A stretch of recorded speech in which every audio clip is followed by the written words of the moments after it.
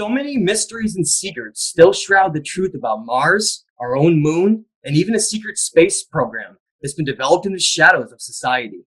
Tonight, I'm joined by Billy Carson, where we're going to dive deep into the truth about Mars and what NASA's holding back from society.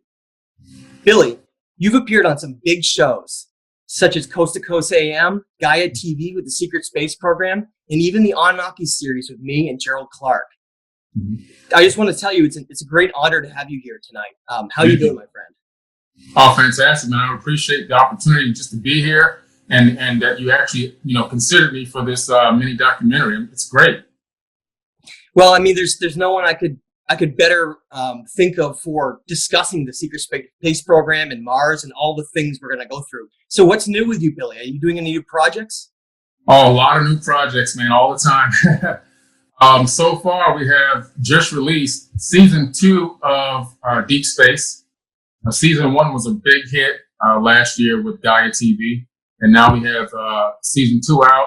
And the first 4 episodes have already aired. I think it's phenomenal. It's really eye-opening. Even when I watch it, I feel like I'm learning something from watching, and I was heavily involved in the research for the project. But even when I watch, I'm like, oh, wow, learn some more stuff. So it's pretty good. And it's an all-star cast as well, which is phenomenal. And then also I'm in Ancient Civilizations on Gaia, which is a totally new original series that this is the first season number 1. And Melissa Tittle is the producer. She was also the producer over at Ancient Aliens.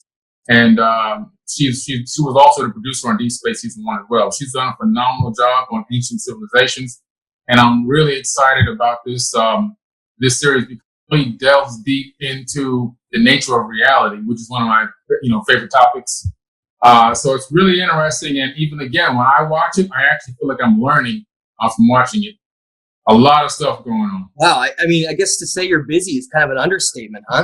Yeah, I'm working on my book. I'm trying to get my book completed before I get to the Conscious Life Expo in February so I can have the book signing. And I just literally, before we got on, the reason why I was a little bit late getting on this call was because Donnie Arcade, our top artist, just released his album, actually just officially showed up in the system, which is called Go See the World, the prequel to Enki.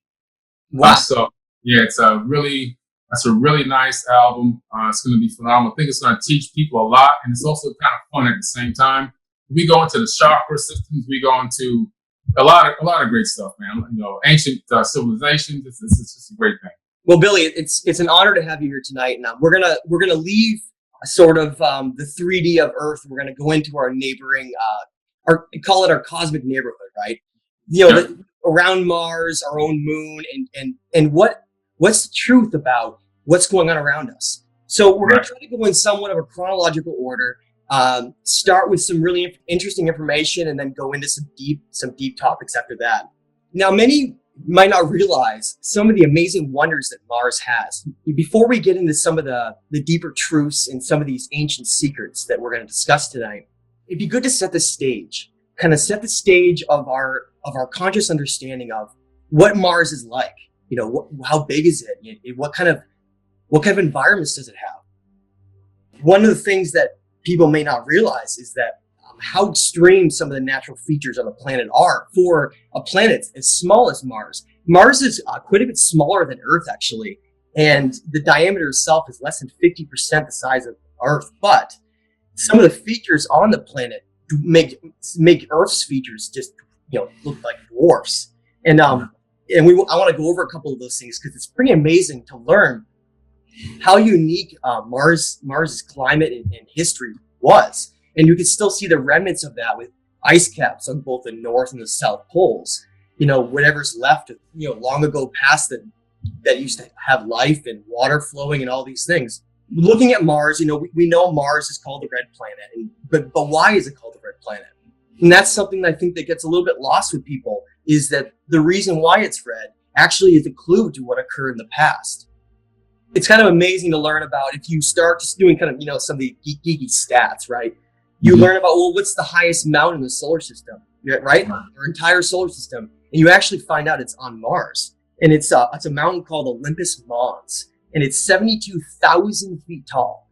So when you look at something like, some of our highest mountains we have in the 20,000 foot range. This would make those look like anthills. And not only that, but this is actually a massive shield volcano that extends in such a large diameter in area that it actually can cover almost the entire country of France. This is a massive, massive mountain. Where is Mars? What has happened to its climate in the past and its environments to lead to this kind of barren wasteland that we see today? And people may not realize that Mars actually has two moons called Phobos and Deimos. And this heavy layer of iron oxide that's covered the planet we're going to actually look into why that is the way it is and the color that it is, and see if that has some clues to what caused its own destruction in the past. I mean, you hit it right on the head. There's a lot about Mars that people just don't know or understand. Based on how they've grown up and what they've been told through textbooks and TV, they believe it's just a small ball of rock ice. But it's totally something absolutely different. It's a living planet. It's still alive. Mars has an atmosphere. Mars has a lot of atmospheric gases, barometric pressure, and a lot of people wouldn't even think that Mars could possibly be 99 degrees at the equator in the summer. That's the highest temperature ever recorded by the Opportunity rover at the equator in the summer. So when you put that all together, you go, wait a minute, 99 degrees? As a matter of fact, a few articles came out several years ago that showed that in the winter here on Earth, it was colder in Detroit than it was on Mars. Okay, so that gives you an idea. It's a planet where it definitely can sustain life right now in terms of temperature, at least. Also, we have Valles Marineris, which is the largest trench in our solar system that we know of at this moment. This trench is so massive. It's like Mars Grand Canyon for what we have here on Earth. But the only thing is, this trench, in my opinion, was carved out by a massive cataclysm. And the massive cataclysm that I'm talking about is potentially what we see now are the remnants of an exploded planet, which we call the asteroid belt. In some ancient texts, it's called a hammered bracelet in the Sumerian tablets. It's mentioned even in the Bible. So everybody knew of this exploded planet in ancient times. It's even mentioned in the Enuma Elish. And basically in the Enuma Elish, what happens is a planet called Tiamat, which from different perspectives is a collision between a satellite of a brown dwarf star that crashes into Tiamat and makes it explode. And from another perspective, it seems like an actual ancient war that probably happened and this planet exploded. But what happened was Mars, according to Tom Van Flandern, which was an astrophysicist who actually worked with NASA and at NASA, he said that he thinks that that Mars was a moon of this Tiamat planet, this planet which was 4 times the size of Earth. And he based it on the trajectory that Mars' current orbit is in right now. It's the elliptical orbit. And based on the mathematics, it seemed that it would have to have been thrown into that orbit after the planetary body that is now the asteroid belt exploded. So with the side that faced Mars, the side of Mars that was facing that exploded planet is what's the most charred and the most gorged. On the other side of Mars that was obviously not facing that, scientists consider it the smoothest surface of any planet in our solar system. So you can see there's evidence there that one side took a major hit, which then pulled the crust of Mars and shifted it probably about 45 degrees on its axis, and probably causing all kind of volcanic activity as well. And we're talking about something like a gash in the entire planet that was taken out, right? I mean, to give people some perspective, I don't know if I'm sure plenty of people listening to this have been to the Grand Canyon.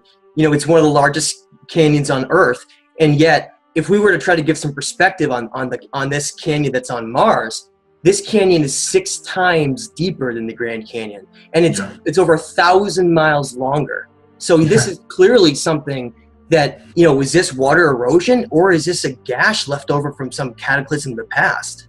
Mm-hmm. Absolutely. I think more or less it's probably the second of the two. It seems like from that exploded planet, which is now the asteroid belt, I believe that's evidence of that explosion when Mars was obviously orbiting that potential planet. So Billy, have you, in any of your research, have you delved into what some of the Anunnaki prehistory is on Mars, and what was it used for, a mining and smelting location for Earth? Have you seen anything with that? Well, doing a lot of research on the Anunnaki and the Ijiji working class. Going into the Encyclopedia Britannica, even some Wikipedia references and some other references to the Anunnaki, even in books like Gerald Clark's book, and even some of Sitchin's work. It all seems to have the same perspective, that there was a way station on Mars with a civilization of working class Anunnaki called the Ijiji that literally worked on Mars, built a civilization there, and mined it for resources day in and day out, night and day. It was back-breaking labor, as a matter of fact. I mean, they really got to the point where they got so frustrated with the labor. Not only was it back-breaking labor, but they didn't even have any women. And that got them really frustrated. And I think this might be part of the reference in the Bible in Genesis 6, where these Ijiji leave Mars and come to Earth and then circle Enki's and Lil's camp and say that basically they're going to go to war with them if they don't get any relief. But at the same time, they also took back with them some women from Earth. So it's an amazing story, and there's a couple different perspectives of it, but it really does appear that these Ijiji were working, mining on Mars, for all different types of metals, not just gold, but many other types of metals. And they would also get shipments in from Earth for gold, and they would take that from Mars as a launching point to rendezvous back with their orbiting planet. That's right, and so people want to know, to look into some of these ancient tablets, look into some of the ancient Sumerian and Babylonian cuneiform tablets, where they talk about some of this ancient prehistory of mining on both Earth and talking about beyond Earth, and how Mars was possibly a way station in between Nibiru, between when they would go between gathering metals and resources, and this was the point where they would meet up, and Mars is a perfect location for that, being so close to Earth.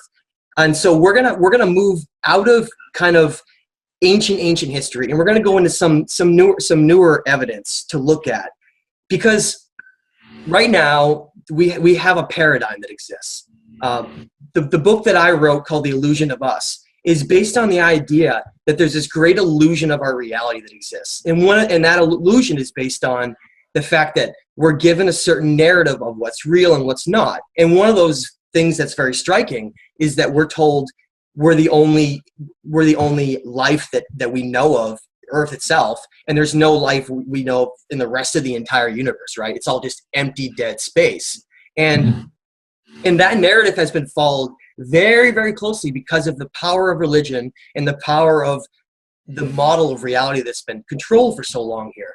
And it's interesting, we see so many of these rover images and all these kind of teasing news articles that come out where they say, oh, we found microbial life. Oh, never mind, we didn't. They go back and forth for years now. And if anybody wonders why that is, it's simply because the second that life was announced on another planet, it would cause a paradigm shift. So to understand why they're controlling that is because of how powerful religion is, with the idea that we're just kind of alone here and there's nothing else there. Because if someone was to say, well, there's life on Mars, well, then it would lead to much bigger questions, right? Like, is there life anywhere else? And is there intelligent life anywhere else? And so you go down this rabbit hole, and that's what they're trying to avoid. Now here, in 2014, we had the Mars rover that was, walking around on the surface of Mars. Some don't believe that was real, and some do.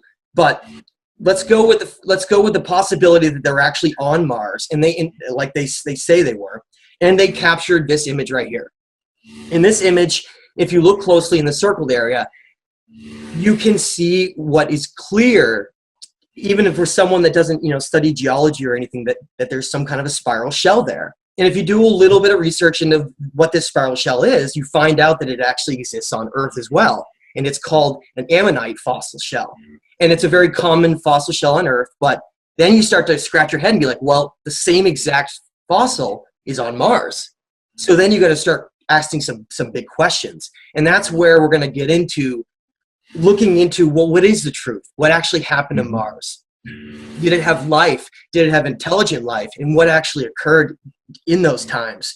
And to start, we're going to go back to the 1970s during the Viking probe missions. And this is where I think the great mysteries of Mars begin. And those mysteries begin in a place called Cydonia, right, Billy? Yeah, absolutely. Right in Cydonia, man, which is an amazing, amazing ancient city, is what it really is. You can see evidence of the D&M pyramid, which is a 5-sided pyramid that has phenomenal geometry. It's clear. It's not even a question whether is or isn't a pyramid. It's a pyramid, and there's no type of weathering that we know of at this moment that can cause that type of geometry to just happen to a mountain. Okay. You can see a moat around where there used to be water. Evidence of water is very clear over Mars. It's not even a question. And nearby, you can even see a small city. But what's so interesting about the small remnant of the city that's nearby is that it actually is in the same exact formation of the Pleiadian star cluster.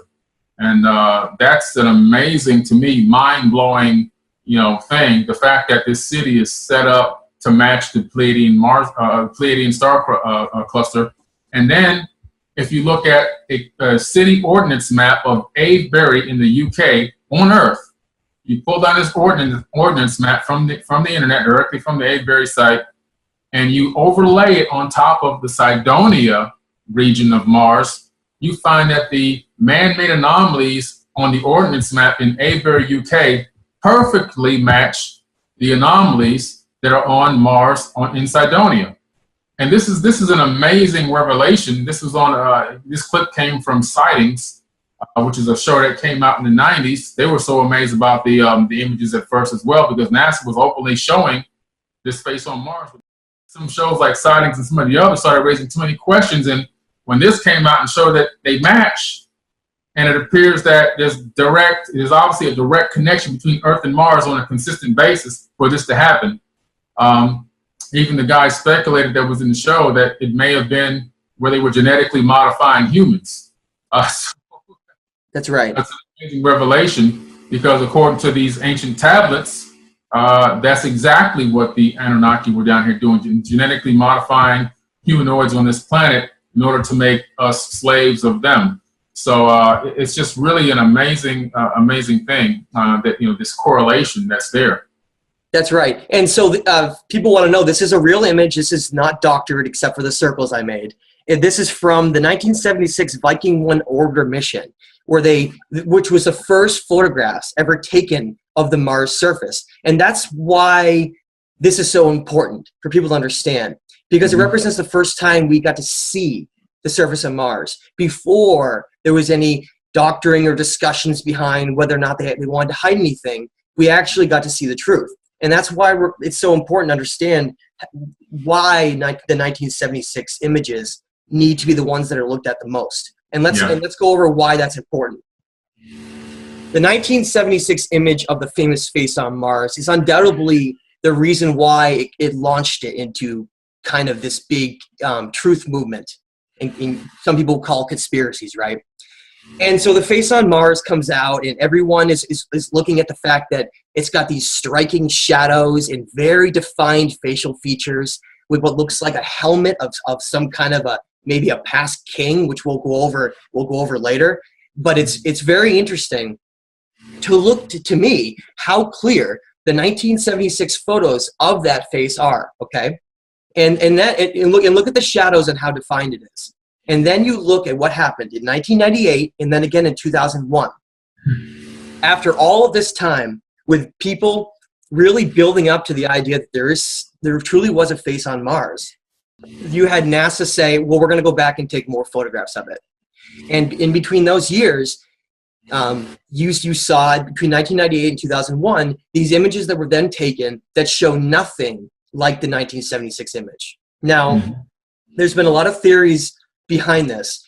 Now, and the unfortunate thing behind, I would say, the majority of society that don't ask as many questions as they need to, is when they saw these images, most people accepted them and then just moved on. It was like they turned a page and that was over for them. Whereas reality, if you if you analyze the 1976 Viking 1 orbiter images, you can see what you have there is nothing like what was captured in the later two shots. And so what happened, right? Well, some of the theories are either the images were doctored, or an even more possible scenario that is quite shocking to actually consider would be that this face was destroyed by some kind of a weapon mass. Billy, what is your opinion on this face on Mars, and do you think that the 1976 images are without a doubt clear on what's showing on that planet? Oh, the 1976 images are so clear. They're some of the most high definition images we've ever received from Mars since all these expeditions began. Even the more current, more modern, up-to-date rovers that are capable of all this HD and all this video and everything else, we get these low-resolution images to download from the NASA.gov site. The 1976, we actually have a high resolution. I think that goes up to like 3 or 4 megabyte image, which clearly shows exactly what we said. Pyramids, a clear face, a clear eye, clear nose, clear mouth, and then some type of a city off to the right. And I really do believe that the reason why you see the later images more degraded is because they purposefully either degraded them, or the second option is that they definitely destroyed them. And I'm starting to lean more towards looking at the most recent image that it was destroyed, that they sent a rover in there and rolled it up in there with maybe some type of a device and imploded it so that they can destroy the features of the face, which appears, to me it appears that's what they've done. It would be very easy to do that because they even had a rover that went there that had 5 rovers that came off, a little mini rover. So sending one rover out on a death mission wouldn't be a big deal. Yeah, I completely agree. And I mean, if you look at this, the image on the right, the more red image, look how defined the eye shadow is. Mm-hmm. You can't fake that. This is not a trick of light. And look how large the shadow extends off of the face. That proves that it's a 3D structure that has height and has defined features. Whereas the original image, you all of a sudden look at the difference, Billy. Look at the shadow. That, to me, that shadow disappearing. Yes, someone could argue that the camera was taken at a different place. There wasn't a shadow because it was directly overhead. But to me, the 1998 photo was taken on an angle. Looks to me almost the exact same angle as the 1976 photo, and yet there's no shadow now. What does that say? That the height, the defined features that gave it a shadow were destroyed. Exactly. They collapsed. They've been collapsed. Now, whether it's a natural collapse or an artificial collapse, we don't know. But, all I can say is 9/11 at Building 7. Yeah, I think we can probably agree that this just didn't fall in on itself for no reason, right? Right. And if people want to say, well, that's too crazy to send a bomb to Mars, well, don't forget, we actually sent the bomb to the moon, guys. That's right. And so, I mean, this is something that we do, unfortunately, as a species. We like to blow things up. So I wouldn't put it past them. Okay, so let's get into some of these a little bit deeper now. Let's progress to the next step. And the next step is where I consider some smoking gun truth here. And I put this is part of what I have in the book, because to me, if anyone wants to look at the evidence on Mars that is there from an expert that can prove that something occurred, they strongly need to look into a man named Dr. Brandenburg. Now, to start, let's give a little information behind this, because one of the most interesting things I found was that if you were to try to go find images of Dr. Brandenburg, I found it very kind of not comical, but sad that almost every image was an image of him kind of not ready for the camera, or they're blurry or something, almost immediately like to discredit this person. So the image I have here was the best one I could find, because this man, in my opinion, has been so massively the intent of making him seem like he's not legitimate and not an expert. It has occurred on such a fundamental level since 2012 that I need to bring some credibility to this man, because he deserves so much credibility. And so let's get a little information behind this brilliant man named Dr. Brandenburg. If people don't know, in 2012, Dr. Brandenburg was he was studying basically the planet of Mars. And the reason he was studying it was because he actually worked for NASA. He worked for Jet Propulsion Labs, all these things, because he's basically a genius. He had a PhD, right? So he's a plasma physicist, and he's designing this advanced rocket propulsion for Moon and Mars. And he's studying the soil, and he's basically an expert on kind of nuclear and advanced weapon dynamics as well. So he's got all these different things under his belt, and he's not anyone who's a conspiracy theorist. He's never been interested in those things. If you read about his career, he was someone who was very highly sought after by NASA. So he's studying the soil on Mars because they want to land and take off from the surface, and so they have to understand the composition of both the atmosphere and the ground, so you could fully kind of calibrate that rocket. And so Dr. Brandenburg is looking over and studying some of the data, and he stumbles upon the fact that the soil samples contain something that should not be there, something that's impossible in nature naturally. If you look at our planet and you look at these fights that are going on with places like Iran, where they don't want them to get uranium that's enriched to a certain point, people can understand what that means, because uranium on its own is not in the form when it can turn into a weapon and become powerfully radioactive and cause destruction. You have to do a lot of different enhancements to it. And so what Dr. Brandenburg found was signs of this signature that's left over that can only be left over from nuclear weapons. And they only knew that because they've studied the scenarios with what happens on Earth from it, with studying the soil and then looking what occurs in the soil from that.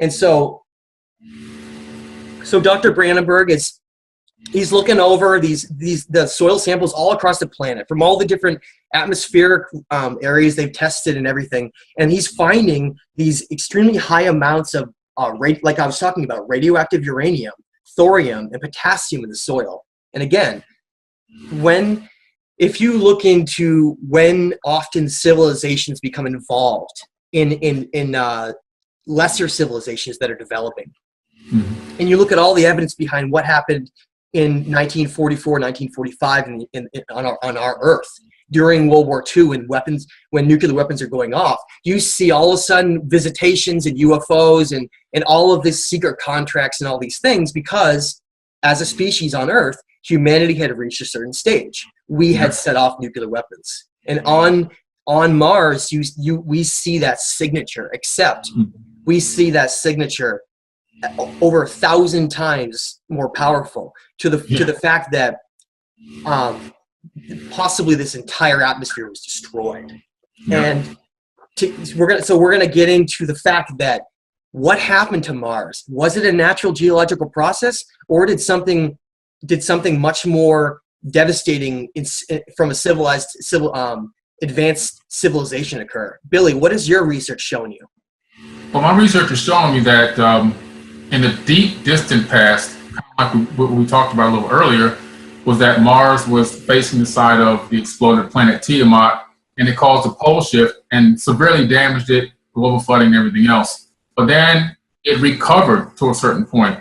And then not too long ago, in my personal opinion, I'm talking about just a few thousand years ago maybe, it appears that there was a nuclear war on this planet. And I come to this concept or this theory just based off of what, Dr. Brandenburg, his credentials, number one, as you just stated, are, to me, top notch. And then based on this document, which was a great paper, and he wrote it in 2014. It was called "The Evidence of a Massive Thermonuclear Explosion on Mars in the Past." That's the name of the actual paper. And so when you start looking at, Mars has the high concentration of the gas isotope xenon-129 in the atmosphere. It's got xenon, which is basically produced by nuclear reactions. We all know this from studying Bikini Atoll and some of the places that we've blown up on Earth, like you just said. And then the surface of the planet has an excess of uranium and thorium. Thorium and uranium are a byproduct of nuclear signatures. But the fact is that these conditions are likely the results of anomalous explosions on Mars in the past. And I think that the evidence is very, very clear.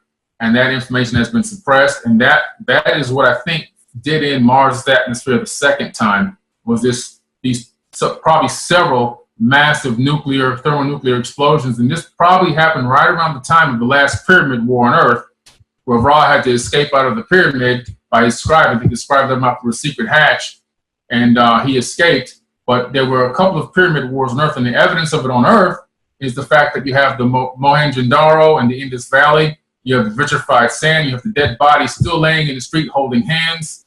You have in Egypt, when I went there, you put your hands in the sand. At Giza, you pull up balls of glass, which is evidence of vitrification, that, like you're talking about 3,000 degrees to turn sand into glass. So you have all this going on. We have all this evidence of it on Earth. And so it really appears that this war, this last pyramid war, not only was global, but it appears that it might have been interplanetary. It seems that it extended from Earth to our moon and even on to Mars and maybe even beyond. We don't know, but it seemed more like a war within this sector of the galaxy between the Anunnaki and whoever, or maybe just between themselves. Isn't that mind-blowing to wrap your head around, to try to think about? You think about how limited the perspective we've been given on history is, fighting over little bits of land on Earth, and yet all around us, just in the past, less than 100,000 or a few 100,000 years ago, there was wars around us in space, almost like some kind of a sci-fi Star Wars movie, except you start to look at that, you start to realize, hey, maybe these aren't actually, what is sci-fi? Is it, are they actually some kind of a loose documentary about what's actually out there in some cases?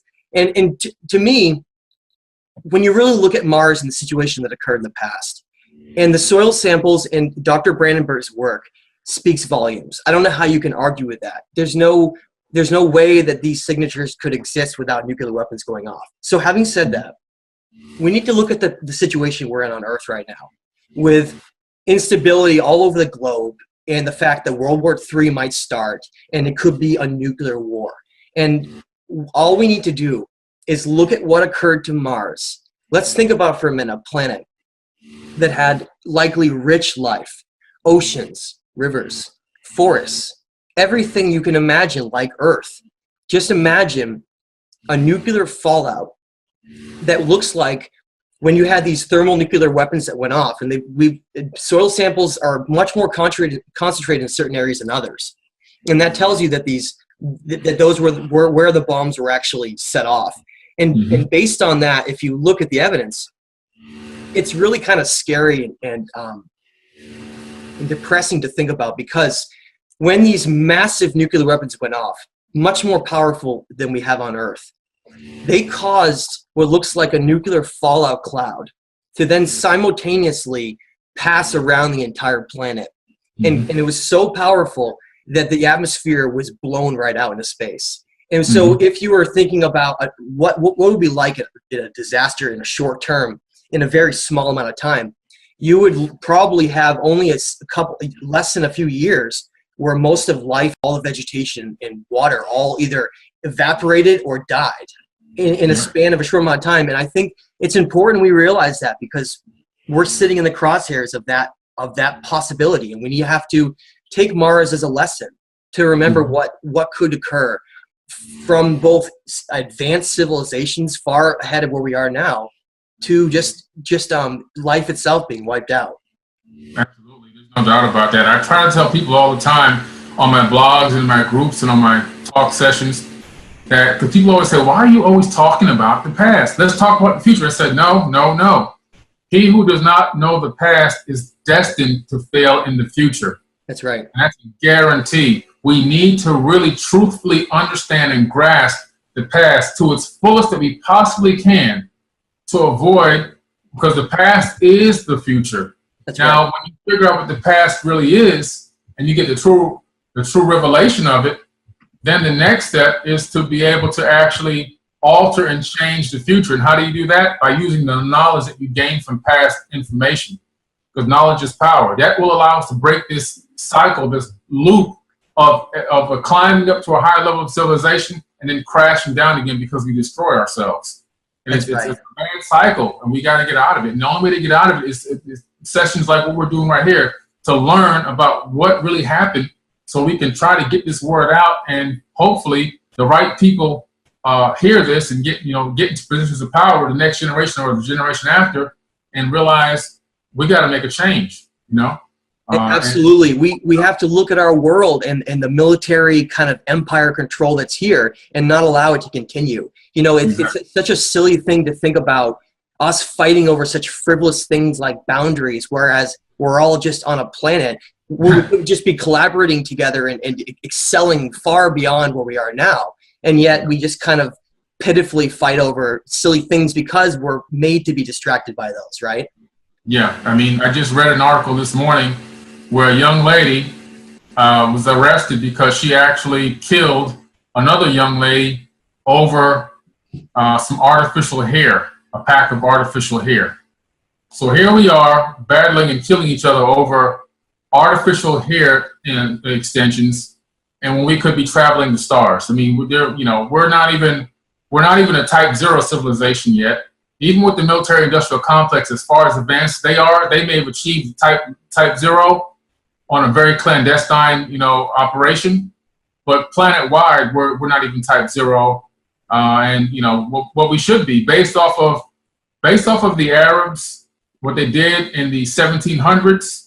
We should have already been traveling the stars, but the reason why we were limited to this point because the Arabs were on a fast track to space from the 1700s, but the papal inquisitions and some of the religions that came out really, unfortunately, suppressed all of the advanced technology on the path that we were on, moving into a spacefaring civilization back in the 1700s.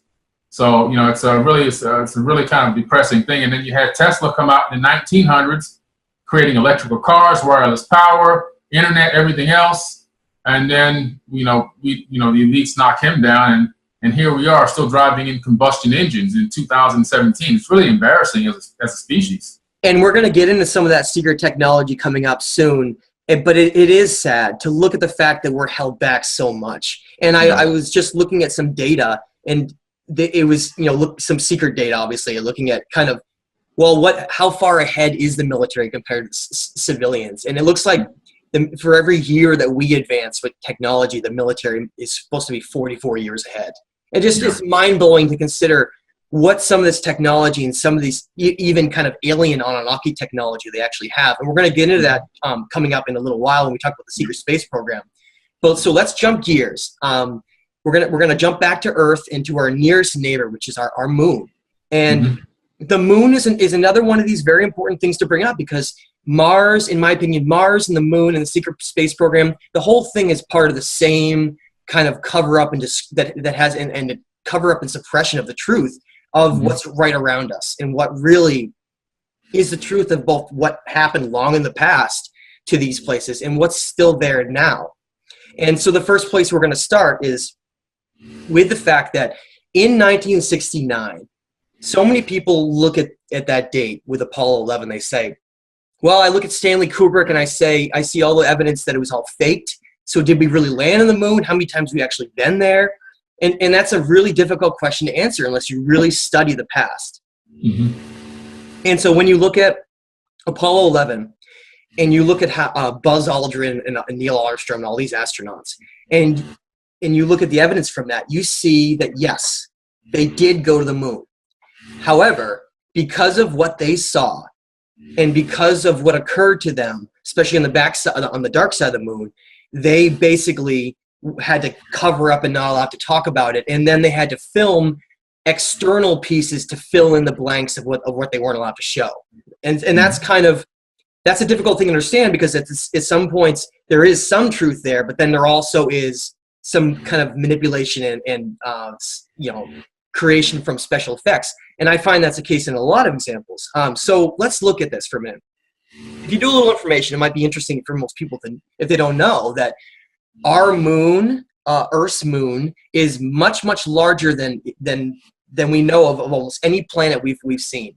For the ratio of the moon to the planet, automatically it's a very strange anomaly how big the moon is compared to our Earth. And the second thing is, most moons are not at such an extreme tidal lock that our moon is, to the point where, of course, everyone's so familiar, you can never see ever the dark side of the moon. You can never ever see it. It never shows itself. And so right there, it's this, you start to scratch your head and be like, wow. So if you were an ancient civilization, advanced civilization that has been here long ago, like you read in the Sumerian tablets, you read the Enuma Elish, you read the Atrahasis, the Sumerian Kings List, you read countless of these, you read these ancient cuneiform writings, and you learn that there are these ancient beings that came here almost 500,000 years ago called the Anunnaki. And it talks about how the moon was their kind of staging ground to watch and monitor their colony. They considered Earth their colony. And that's a wild thought to consider, that we're in this illusion of reality where we're all distracted by material things and kind of running around doing silly activities. Whereas on the outside, we're just a colony of an advanced civilization that's using the moon as a construct to monitor us and to monitor the development of where we're going. Yep, absolutely. That's it's really amazing. And there's a movie that I kind of relate this to. It's called Jupiter Ascending. If anybody hasn't seen that movie, I suggest they watch it. A few people gave it a low rating because I don't think they really understood the implications. The fact that humanoids are abundant in the universe, number one. Number two, the fact that in that movie, an actual person owned planets. And some people own solar systems, and some people actually even own sectors of galaxies. Mind-blowing, absolutely. Mind-blowing. You see, so like you said, we're running around here, worrying about, we got to take the kids to basketball practice. We got to go to the mall and buy this stuff for the holidays. And there's people out there that are basically sitting back who control this real estate, and we're fighting over little spots of land over here. But the true reality is there are people out there that own planets, that own moons, and so forth and so on. And this particular planet, was the main general was Enlil. It should have been Enki, but it was handed over to Enlil at that point in ancient time. We've had the first recording of kind of who took control overall. But it's really amazing. And one of the things with the moon is when Buzz was in the Apollo 11 headed to the moon, in this documentary done by Thomas Mickey Schroeder Jensen, What If? And he did extensive research, him and myself, on these moon missions. And in Apollo 11, Buzz Aldrin publicly states that there was an object tumbling outside the capsule window and followed them. His exact words was, followed them to the moon. Now, they didn't want to report back to Houston and say, hey, Houston, there's an object outside the window that looks like a UFO following us.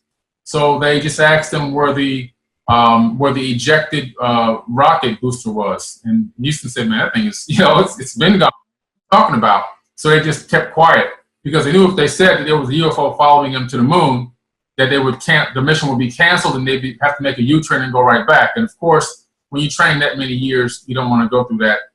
So that's one instance of something very interesting happening on the way to the moon.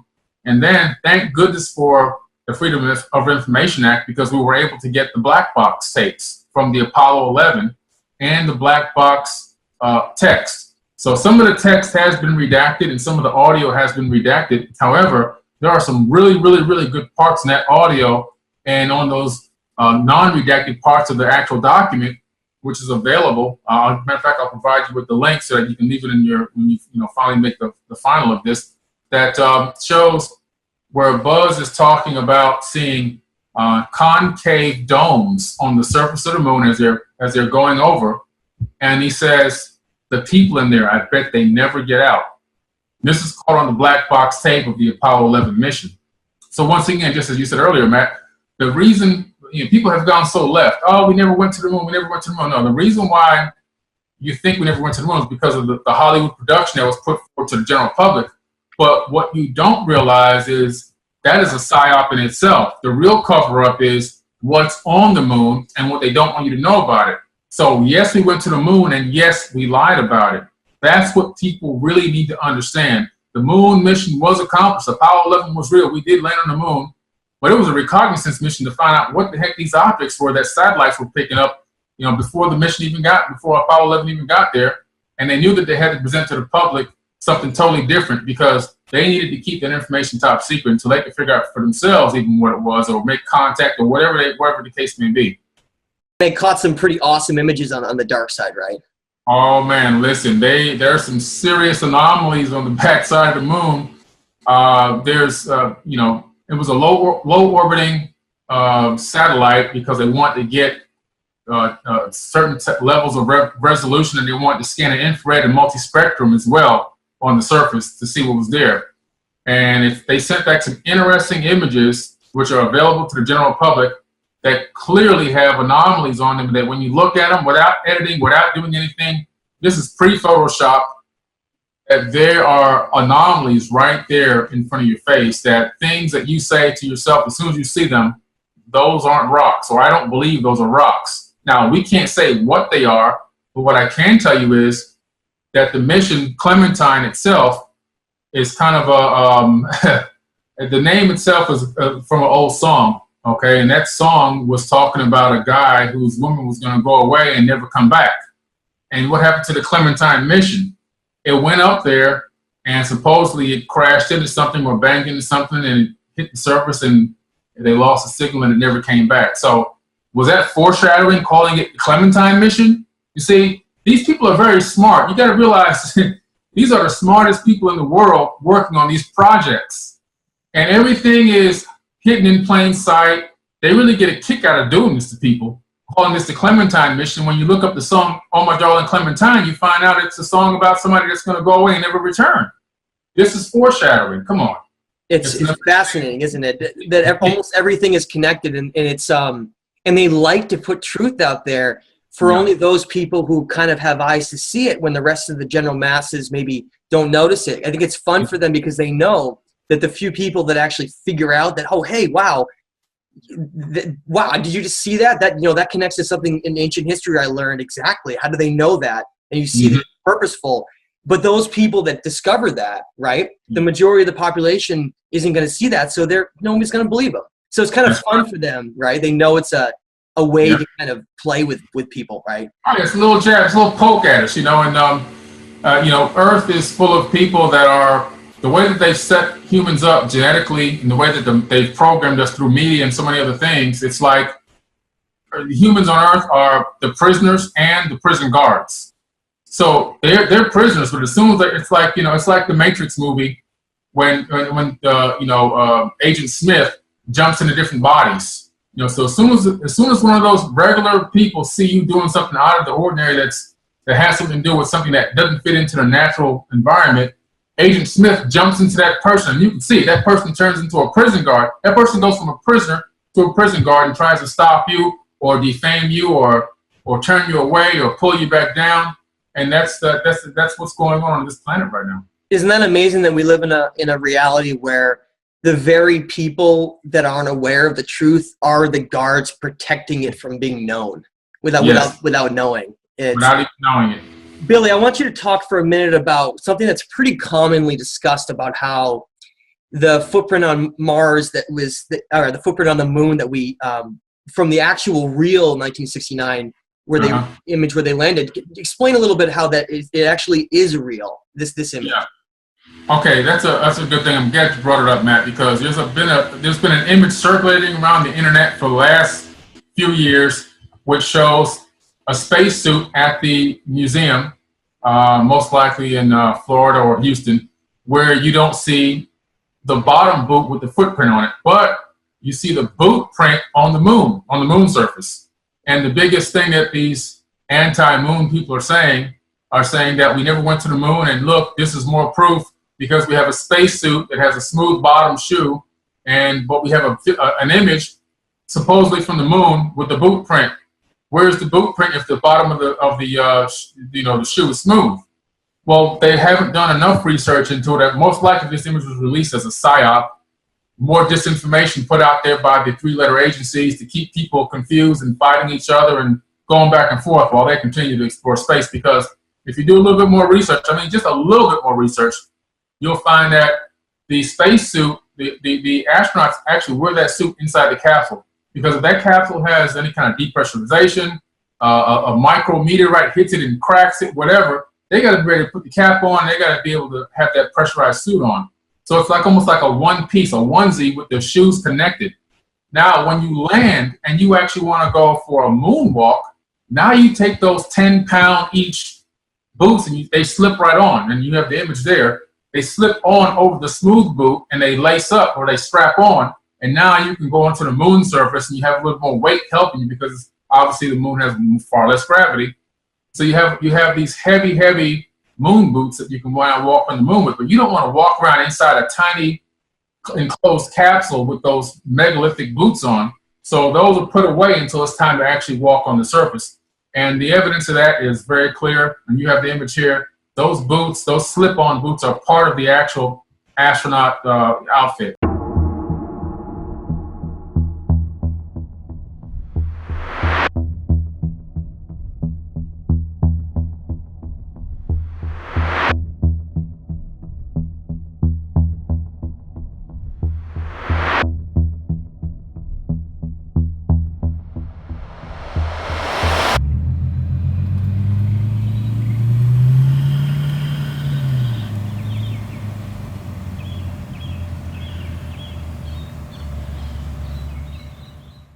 That's right. And so that shows you that, yes, we did go there in 1969 and we saw some really incredible things. And there's been a massive psyop and suppression of this, we know, for many, many years. And I think it's hard for people to wrap their head around that, right? How could thousands of people all hold this secret and cover this up? No, it's not this secret. It's all of them.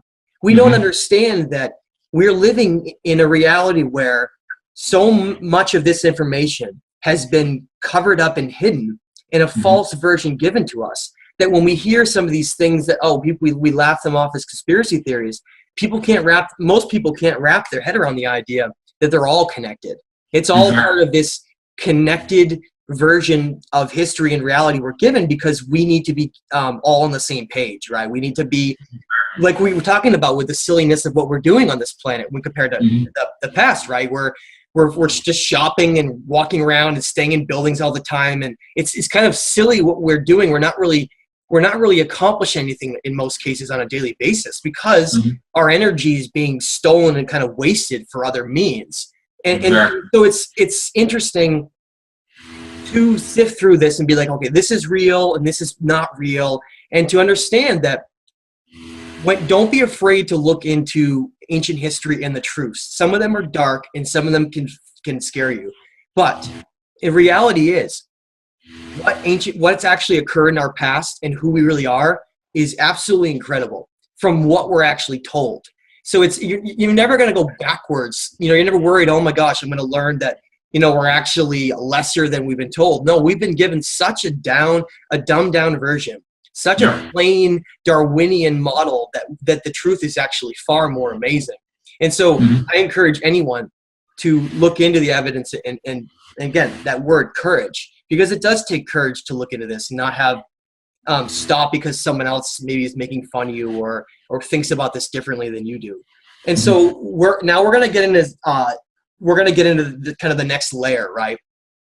That a lot of people who don't study this stuff would maybe laugh at or instantly just discredit. And that's the idea that there's a secret space program. Now, Billy happens to be basically an expert on the secret space program. After being on Gaia TV, he was actually on an entire secret space program. So Billy, tell me a little bit about that, and then let's go into a little bit of the secret space program and where it started and began with it, maybe with the Nazis, right?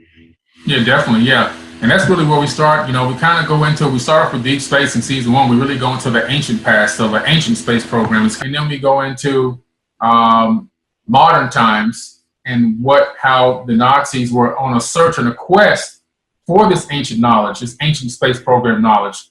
And it appears that they actually tapped into it and found some of it and were able to, or granted the ability to use some of this technology or start working on some of this technology. They actually developed several Hanabu craft, which were anti-gravity craft that literally were able to lift men up into the air with boosters, but using also this anti-gravity engine, which ran on some type of a mercury vortex with an injection of a secret serum that we still have not figured out, which turned it a different color.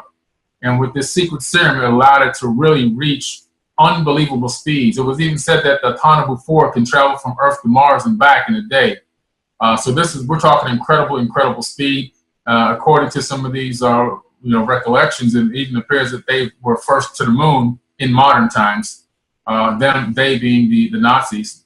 And then through Project Paperclip, once we beat them in the war, because they couldn't get, I think they were trying to get this Nazi bell thing to win the war to get it working. And Billy, would you agree that that may have been one of the reasons why the Nazis lost, because they were so focused on some of this advanced alien technology? Yes.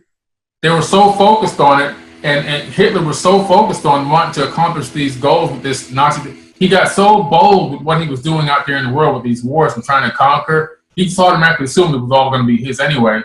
And he was his main focus, and all his resources were being put into this technology and trying to develop it as fast as he could. Now, I think the United States knew about this, and they said, man, if they get this stuff developed thoroughly, we're done. We got to get them while they don't have a little bit of it done. Exactly, and I want to pause you there, Billy, because that's a very important spot to stop for a second. The United States government realizes that the Germans, specifically the Nazis, had advanced alien technology, Anunnaki technology. Now, and this is an actual picture from that era, where they were working on anti-gravity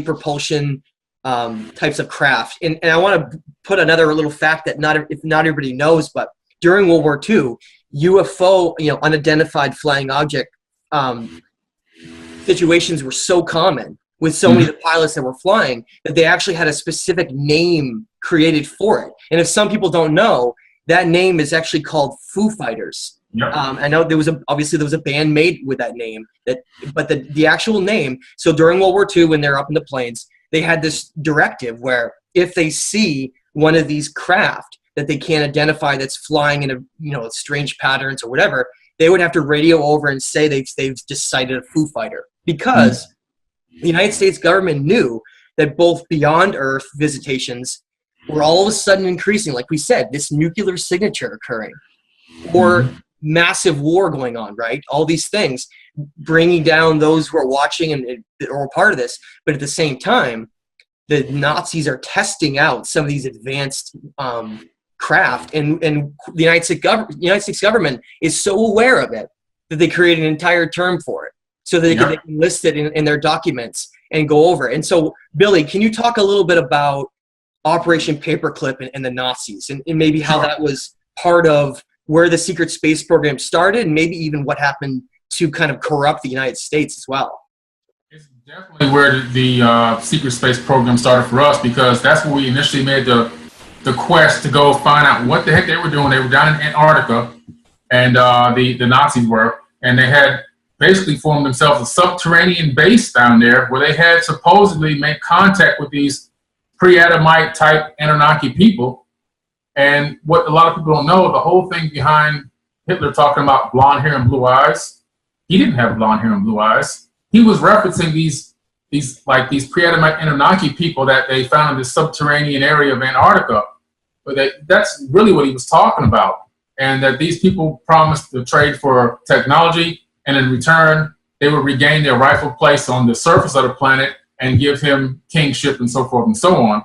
And the United States, through their intel gathering, were getting word of this and understanding that we have to make a move. We have to make a move now. So they send this entire convoy down there. And when they get down there, they literally get beat down. I mean, these Foo Fighters come up and start blasting away at American vessels, killing us, blowing up ships, to the point where we had to turn around and come back. The general comes back. He makes a public statement that we have to be aware of a new enemy that can fly from pole to pole. And he's talking about the Foo Fighters. He's talking about these advanced UFOs that can move in unbelievable ways and can literally destroy Navy ships. So at that point, that's when the United States said, okay, that's enough is enough. We're going to drop bombs. We're going to do whatever we can. We're going to annihilate this Germany, and we're going to go in there and we're going to take all their scientists. Okay, so after they literally forced the win on the war by just killing civilians, they killed it was indiscriminate. They killed everybody. They go down there, they take the Nazi scientists, Project Paperclip, and it wasn't just a few. it was hundreds. And it wasn't just scientists, it was even military officers. I think that at that moment that we got Mercury and Apollo going, a clandestine mission was automatically started at the same time for a private space program, something where they could develop these same Haunebu type craft that they saw or witnessed in Germany, but in the dark, okay, in the dark. And I think that project went to the left, and we have the NASA, which is the front for the secret space program itself. The evidence of that, even in just right now, is just the fact that we have the X-37B. It's a military rocket, a military shuttle that takes off and goes away for 2 years at a time and comes back. One just landed a few months ago. So we definitely have a secret space program, without a doubt. You know, so that's kind of where it started, though. Now, so Billy, based on that, I completely agree. If we're looking at a situation where the U.S. government obtained all of this Nazi technology and their scientists, and we see these Roswell incidents and this exchanging of advanced technology, and then all of a sudden, like you said, we see the secret space program really take off. What that means, if people can kind of put those things together, it means that most of these UFOs we see are just government testing the technology they already have, which makes a lot of sense if you think about, well, if you had an advanced civilization, they obviously, during a key time of when a civilization is at a class 0 and they're moving towards the next stage up where they become more conscious, you can't just show yourself. You know, you can't just fly in and wave your hands and everything and various things like that. So the fact that you see them flying around, you know, strange lights in the skies, well, that's simply just our own government testing these craft with these advanced propulsion that we have. You have people like Tom DeLonge that are trying to push and show that we have all this technology already and we want to get it out to people, and that all of these things are coming, right, Billy? We're kind of at the next stage where we're starting to learn about what really is going on with the secret space program and in our kind of our endeavors into Mars and like the moon and various places around us, right? Absolutely. Yeah, there's a lot going on, and the general population still really has no clue, mostly because they're already too busy with their energies going out into everyday monotonous things that they think they should be doing. But behind the scenes, we have Solar Warden, which began in the 1970s, actually, and it's very old. I mean, you made a statement earlier in reference to 40 years for every year. It's actually gone up, and how I know this is because I own a space agency. It's called First Class Space Agency. It's a nonprofit space agency based out of Florida. We don't have launch capability, but we are doing research and development on alternative propulsion systems. And I have top secret access to the Space Symposium, to private space. When you're in there, you start learning a lot of things. And one thing I can mention without violating my oath is that they're not 40 years ahead anymore. That's long gone. The military-industrial complex is now 300 years ahead of us. Okay, so we're talking about a massive amount of technology that's out there that they have buried in mountains, underground cities, and so forth that we don't have access to. And part of it is like where they constructed this this Solar Warden project, where they have these gigantic cigar-shaped UFOs. UFOs, I mean, literally the size, some of them are of small cities, Navy UFOs. These are super massive objects that we have up there right now. And it consists of 8 cigar-shaped UFOs staffed by U.S. naval officers. And that's a fact. So Billy, if we look at the fact that we already have Elon Musk and wanting to develop a Mars colony in just a few years, you know, with SpaceX, right? Just like Planet X and all these strange situations. What would you say about this idea of these elites wanting to have a breakaway civilization based on their status and money? Do you see any credence to that?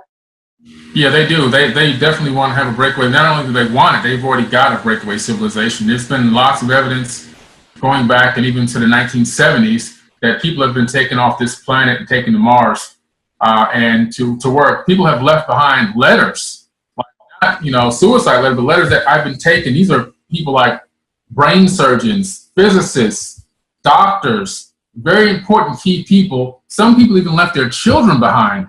This is how big this is. And to go off to do this better life for this secret project on another planet. And those are documented facts that nobody can argue with. And so the infrastructures of what's to be this Mars colony has been worked on for decades now.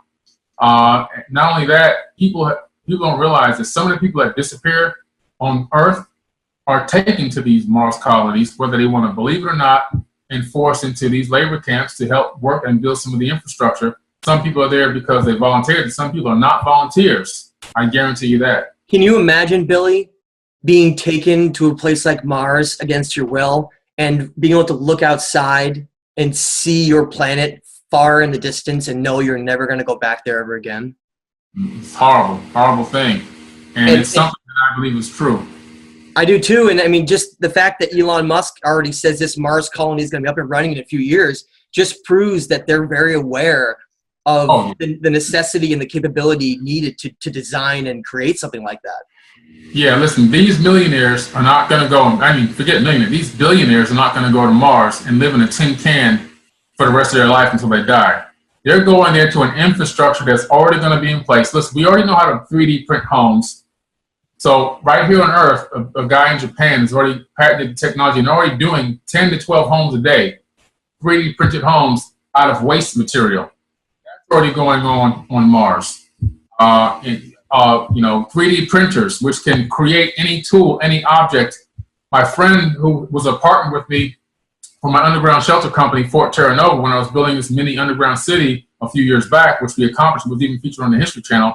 He actually lived in an underground military bunker, for 10 years almost. They had a 3D printer back then that could literally build an entire Jeep. Every wire harness, the steering wheel, anything, the bolts that you can put the wheels on came from this printer. You can build a Jeep with it. So imagine what they've got up there already. They've already got one on the space station now, but they've got them out there.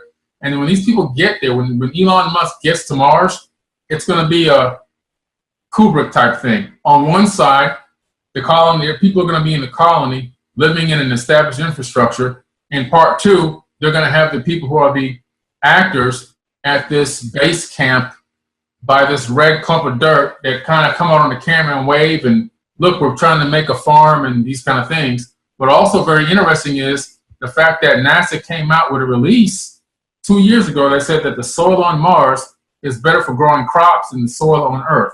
And that's mind-blowing that they would even make their statement, but they made it, and it's in the official record. So that tells you what their plans are. They're going to grow there, grow crop. They're going to do everything they want to do, and I believe they're already terraforming that planet with a lot of the satellites that are already orbiting and some of the things that they've already sent there. They're probably releasing more carbon monoxide, melting more ice, and so forth and so on.